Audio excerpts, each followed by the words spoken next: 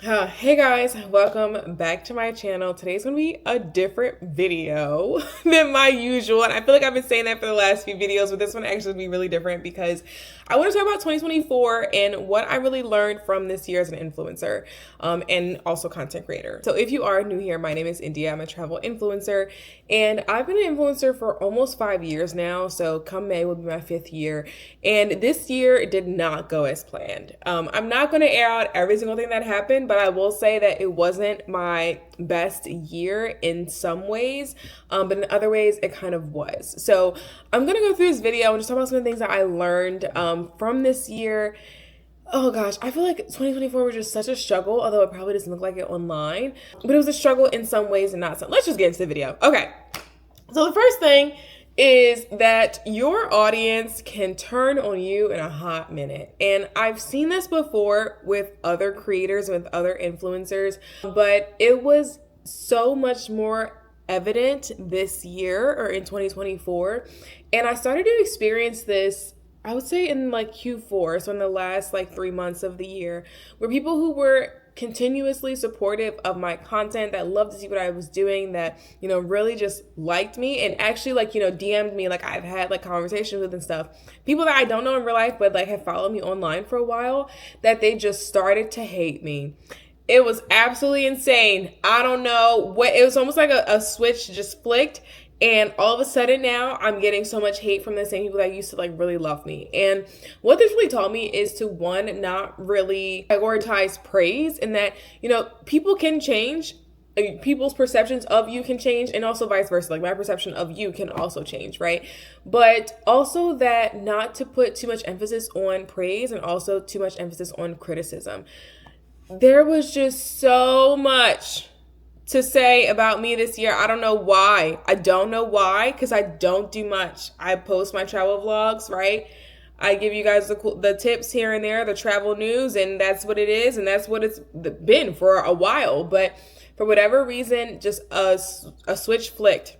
And a lot of people that I actually saw support me firsthand all of a sudden just like took a huge step back. And I'm not mad at anybody for changing their mind about me, but as someone who is online all the time, like I am consistently online, it can be really difficult to understand like why all of a sudden people like don't like you. And what I think it boils down to is, I don't want to say like everyone's jealous of you, but I think it does boil down to people wanting to emulate certain characteristics in you. And then when they feel like they can't actually do that, you then become their target for projection. And it's just very interesting. Like, I think it really ties into the parasocial relationships of, influencers and their audiences. I'm still like learning how to navigate that, if I'm being totally honest. I haven't been on the internet as long as other creators that I know that have had experience with this, but it can be kind of strange to really see like people just turn on you in a heartbeat. Like, I just wasn't prepared for that at all this year. And I don't feel like I have changed that much. I think over the last 5 years, my personality has changed. My goals have changed. How I view the world has changed. And largely because I am an influencer, because I am online and I see a lot of things that I probably shouldn't even be exposed to.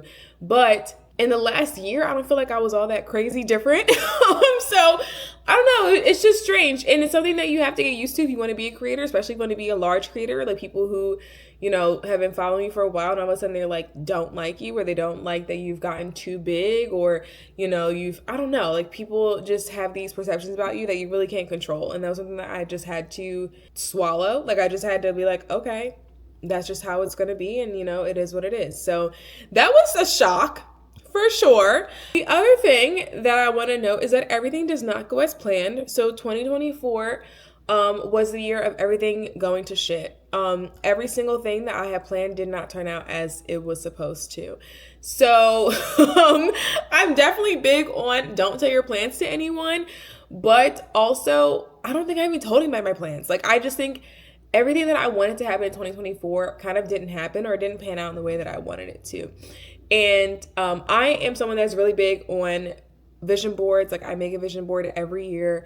I've been doing that for the last like few years, so I do enjoy doing that. And typically the things on my vision board don't show up in the way that I think they will. However, this year I don't feel like anything really came true for my vision board, which was so insane for me, because normally it just like boop pops in my reality. So I have no idea if it was the stars, the moons, the Mercury with her micro braids. I don't know what happened this year, but I really felt at the end of the year that I was just behind in life, and I haven't really ever had that feeling. Like, I'm not someone who plans 10 years in advance or like plans every element of their life.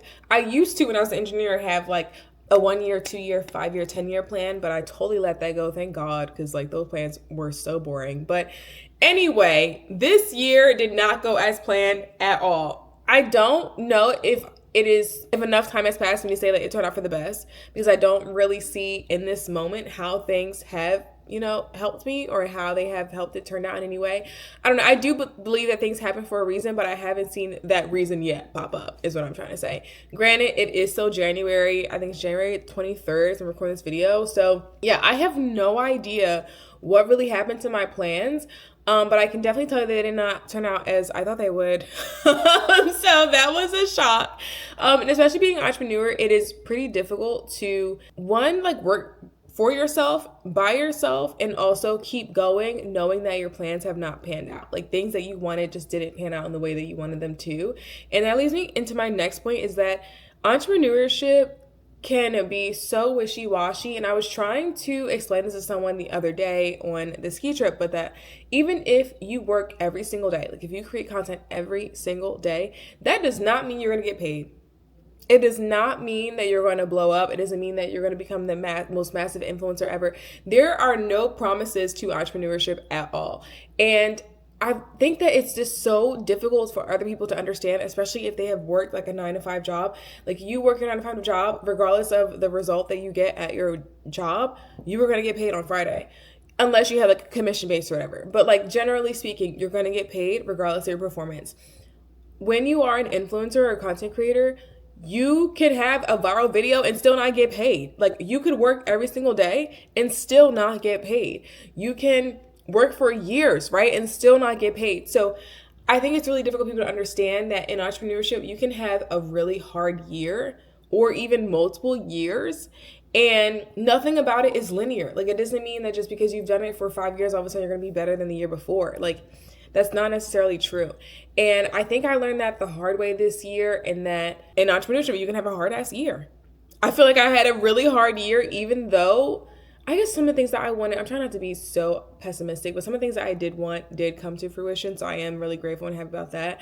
But I think my perception of entrepreneurship has totally changed, because when I entered content creation, as my like entrepreneurship journey, it was pretty easy for me.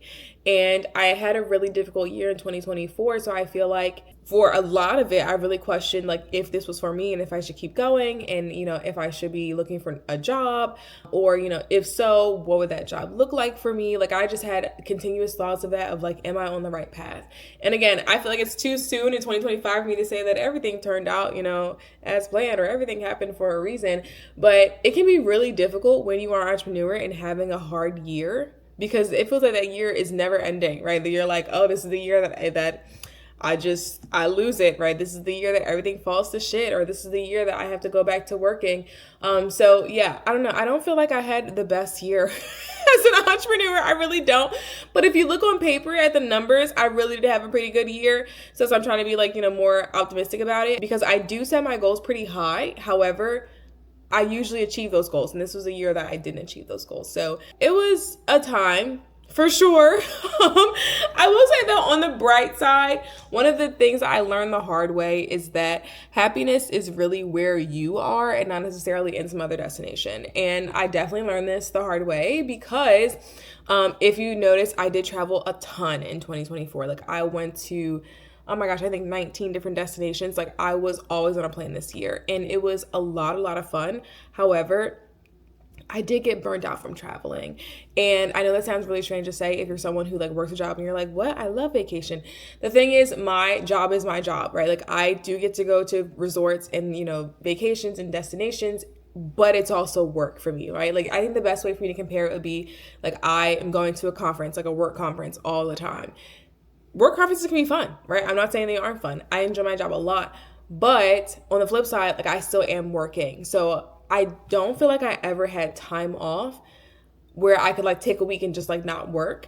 And I think that was just really difficult for me to like mentally deal with, because I've always wanted to have this job. I love my job so much, but at some point you still gotta rest, right? Like somebody still gotta take some time off. And I traveled so much last year that I just got tired of being on a plane. And I spent the last 3 months of 2024 in my house. And I loved those moments in my house. I'm like, I don't want to leave. What do you mean go somewhere? What do you mean go to the airport? Like, and that's totally opposite of me from the last, like, I don't know, my entire life. Like I have always loved traveling, and for me to travel for my job, I really do enjoy it. However, there are moments where I'm like, I just want to sit at home. I just want to watch TV and, you know, kick my feet up and watch Netflix like everybody else. So I'm trying not to complain about my job, because I really do like it. I love what I do, and I love that I get to even like tell you guys about it and share it online, and also like teach other people how to do it, because I do that. But the one thing is, like, I really realized this year that happiness is wherever you are and where you want to be. Like, I have never felt so satisfied at home, and now I feel incredible at home. And because I found a better balance, I mean, it's the start of 2025, so we're still going through it, but I found a better balance between traveling and being at home and just spending more time like to myself and doing things that I enjoy. And I've realized that regardless of whatever destination I am in, I feel my happiness. Like happiness is where I am. Yes, I do love some destinations more than others, because I know people are gonna say that out of context. There are some destinations I actually really don't like. So if you want a video on that, I can tell you about it. But I have just become really satisfied in where I am in that moment, and just really focusing on being present in the moment too. I think that's really difficult to do when you're constantly online, right? And having to watch what's going on, be involved in different trends, just like, you know, be everywhere all at once. It can be a lot, but I just love where I am right now. Like I love being in my happy place, and my happy place right now is in my home. And then when I go on my ski trips, I'm like, my happy place is on the slopes.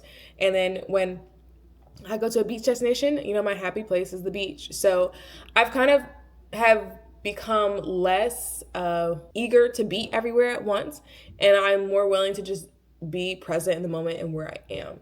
And that was a really hard lesson for me to learn. Like it literally took me the entire year to be like, maybe you can just like be happy wherever you are and just be grateful wherever you are, and, you know, not have to always be somewhere else. So leading into my next thing is that your goals can change so unexpectedly.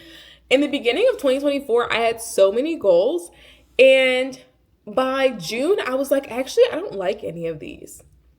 And I don't think that's ever happened to me before. Like I said, I have been a vision board person for a few years now. And generally speaking, the things on my vision board have come true, right? And I've enjoyed them. And even if some of them haven't come true within that year, they have within the following years or something. Anywho, my goals literally changed like halfway through the year. And I was like, okay, what are we going to do, right? Because I feel like I'm at a place where I've kind of done all of the things that I want to do, at least for right now. And as I went throughout the year, I realized that some of the things that I wrote down as my goals weren't really truly aligned with me. And that I don't know if I was doing them from a place of like vanity metrics or of like materialistic things. I don't know where they really came from. But around June, I sat down with myself and I'm like, what the hell are we doing here, India? Like, what's going on? Like, what is the purpose of all of this? And I think having that moment with myself, like having a reflection moment of like, is this actually what you want? Or is it something that someone else has told you? Or is it something that you think you want, right, but doesn't actually align to you? And what I've started to tell myself is that I am really only going to do things that truly align to me. Like, even if I am not online, even if no one would ever see it, what would I want to do? And I think asking myself that question of like, if I never post about this, would I still want to do it, has been so helpful for me in figuring out what it is I truly want. Because it's really difficult to separate your online life from your in real life and from your in real personality when you're constantly online, right? You're constantly seeing things that everyone else is doing, that everyone else is getting involved in, even like everyone else's outfits, right? I would ask myself, like, would I really wear this if I never took a picture in this? And it's such a crazy thought to be like, if this was never on Instagram, would I actually wear this? It saved me a lot of money, though. I will definitely tell you that much. I have stopped myself from buying a lot of things because I've asked myself, like, would I really enjoy this? And one thing that I also started to ask myself, too, is that would I be following this creator? Would I be watching this content if no one else knew about it. Like if I did not tell anybody about, this, would I really enjoy it? And what I've realized is that I actually enjoy a lot of content that I would have never expected. Like one of my favorite creators to watch here on YouTube is actually a solo camper girl. Like she goes camping in, I want to say South Korea, and she will go like in different terrains. Like she'll go when it's snowing, when it's raining, she'll camp on the beach. She'll do like all these different things, right? I love her channel. And I love her channel so much, I would just stand and watch it. Right? Without anyone, I won't tell anybody that I'm watching it. Well, I just told you guys now. But even without telling anyone, I just really enjoyed watching her channel. And again, when I go shopping now, I think like, if no one saw me wearing this, would I still like the outfit? Or if no one saw me going to this destination, would I still want to go here? Like, am I doing this like for, the internet, or am I truly doing this for myself? And I feel like if more people ask themselves that question, then they'll really like start to act in alignment with whatever it is that they want to do. But when I started asking myself that, I realized that my goals that I had on paper did not align to my goals that I truly want for myself. And it totally changed the game for me.